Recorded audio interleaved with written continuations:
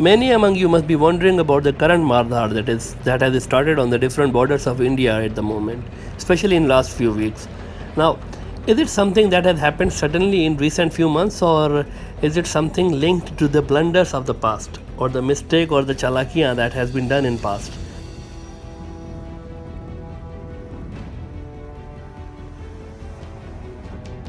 We decided to look at it in broader view today, one by one. Many of you must be aware about the Kashmir situation or the historical background about it. Indians used to look at it in a different perspective, and Pakistanis used to look at it in different perspectives. I'm not judging both of them. It's their personal choice to look at it in whatever manner they want to see. But here I just want to mention some facts that are related to the past. We all know that the division of India or the basis of creation of Pakistan was the two-nation theory. That the Muslims of subcontinent are one nation and there has to be a separate country for them. Majority of Muslims, they accepted this view, and some of them didn't accept it as well. They chose to live in India, and those people who chose to live in Pakistan, they were the followers of the two-nation theory. Based on that two-nation theory, what happened is that all the Muslim majority areas of India were to be part of Pakistan. This was the formula of the division of India, that all those areas of India where Muslims are in majority has to be the part of Pakistan. Now what happened is that Kashmir was a unique state. It was a Muslim majority state, but its Raja was Hindu. His name was Maharaja Hari Singh. Hari Singh was born in 1895 and he became the ruler of Kashmir in 1925 after the death of his uncle Pratap Singh. In 1947, Muslim majority Kashmir was to be part of Pakistan as per the agreed formula. But there came a twist in the story. All the Muslim majority areas of India like Sindh, Punjab, Bengal, etc., they all became the part of Pakistan. But in Kashmir's case, its Raja decided to go along with India, and it was against the pulses of the people. People didn't want it to do that. So this was the main point which triggered the first India-Pakistan war as well. Hari Singh took a great gamble to save his throne. He thought that Pakistan is a Muslim country and it's a Muslim majority country, and Kashmir is also the Muslim majority, so his rule might be in danger because he is not a Muslim. So instead, India, there are like-minded people, there is a Hindu majority, and at least they will be secular at least, as the Nehru and Gandhi were claiming at that time. So he thought his rule will be safe there. So he decided to go with the Nehru. He took a great gamble, but it didn't pay off. I'm telling you how. What happened that from 1947 to 1952, he enjoyed that monarchy in Kashmir. But in 1952, his monarchy was abolished. All the princely states, their monarchy was abolished in 1952 in India. So not only that he lost his estate, but he also put his people also in trouble that are still suffering after so many decades. Later on in 1952, his son Karan Singh, he was appointed as head of state in Kashmir. A few years after that, in 1964, he was forced to live in exile and he died there in exile in Mumbai. If Hari Singh would have joined Pakistan in 1947, he could have get some guarantee from the government of Pakistan also to protect his state. If he would have joined that state in 47, Kashmir issue wouldn't have been there. It would have been sorted out long before in 1947. But his greed caused all this trouble in region, which still continues.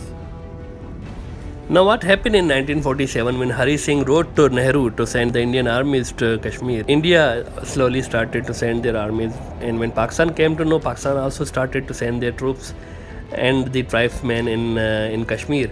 And Pakistan was able to conquer this Gilgit-Baltistan and Kashmir area, the Azad Kashmir that we used to call. These two areas Pakistan regained, and India regained the Jammu and Kashmir and Ladakh areas as well as the Aksai Chin. These areas India kept in its control.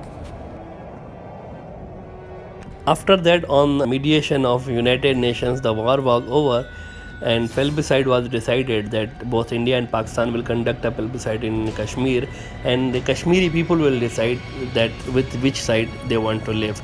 But that never happened after that. These days, the second hot border that India is having is with Nepal. On 3rd March 1816, Nepal and the British India signed the Treaty of Sugulai. In that treaty, the Kalapani River area was given to Nepal. It's around 400-kilometer area, and after the 1962 war, the Kalapani area was controlled by the India's Indo-Tibetan Border Force. Now what happened is that in 2019, November 2019, India released its new map where it officially showed the Kalapani area as Indian territory. Nepal objected on that, and in Kathmandu there were protests as well by the Nepali people on this action of Modi government. But India turned a deaf ear to it because Modi has just won the 2/3 majority by that time, and he thought it's not that much important issue. 7 months after that, Nepal strikes back. They also issued a new map in May 2020 this year, and they showed that Kalapani area as its own area as per the 1816 treaty. Now India thinks that since in 1947 they are protecting this area, they are present there, they are making the roads also in that area, so they thought that this is their area de facto. But Nepal believe in 1816 treaty. As per that treaty, this Kalapani area belongs to Nepal. Strategically, it's very important area for India and for Nepal as well. Now what happened is that in official map of November 2019 which India issued, they added 372 kilometer area of this Kalapani, have shown it as India's territory. Since the Nepal has also issued the new map, they have increased the patrolling in this area, and they have put the strict measures also to stop the infiltration from Indian side. 3 days back there was a firing incident also. Some Indians wanted to cross this border and they wanted to go to Nepal, but Nepal army opened the firing, and 1 Indian was killed in that and 4 were injured in that incident. So just like Kashmir, this Nepal and India border issue is also related to the past. It's something you can call it a historical dispute between India and Nepal. Now let's talk about the China and India's border history. The first known treaty in this regards is the Treaty of 1834. What happened is that the Sikh Empire of Punjab, they annexed the Ladakh area. And in the state of Jammu and Kashmir, they were controlling the state of Jammu and Kashmir, and they annexed the Ladakh area in it. And in 1841, they invaded the Tibet. The Chinese defeated them, and they entered into Ladakh and reached till the Leh. And in 1842, the Sikh army and the Chinese, they signed the treaty that both of these two nations won't enter in each other's frontiers after this. Now 4 years after signing of this treaty, what happened is that the Britishers defeated the Sikhs, and they acquired the Ladakh, after which the Chinese and British officials, they met together, and they wanted to set the borders after that. Both the sides agreed that the traditional borders will prevail, which were there before the coming of Britishers, that those same borders will be there. In those traditional borders, the Pangong Lake and the Karakoram Pass, these two were decided, but the Aksai Chain area, which is mostly inhabitable, it was not defined in much details. Then the problem started in 1865 when the civil servant of British rule, Mr. Johnson, he included the Aksai Chain in Kashmir in his survey of India. At that time, China was busy in a Dungun revolt that was going on in Xinjiang province. So they didn't objected on that, because they had already lost the Xinjiang province, for which they were considering the Aksai Chain as the part. And Britishers also did not consider it necessary to speak with Chinese, since they had no control over the Xinjiang province. Rather than that, they presented the map to the Maharaja of Kashmir, who claimed those areas. He stationed his troops also there.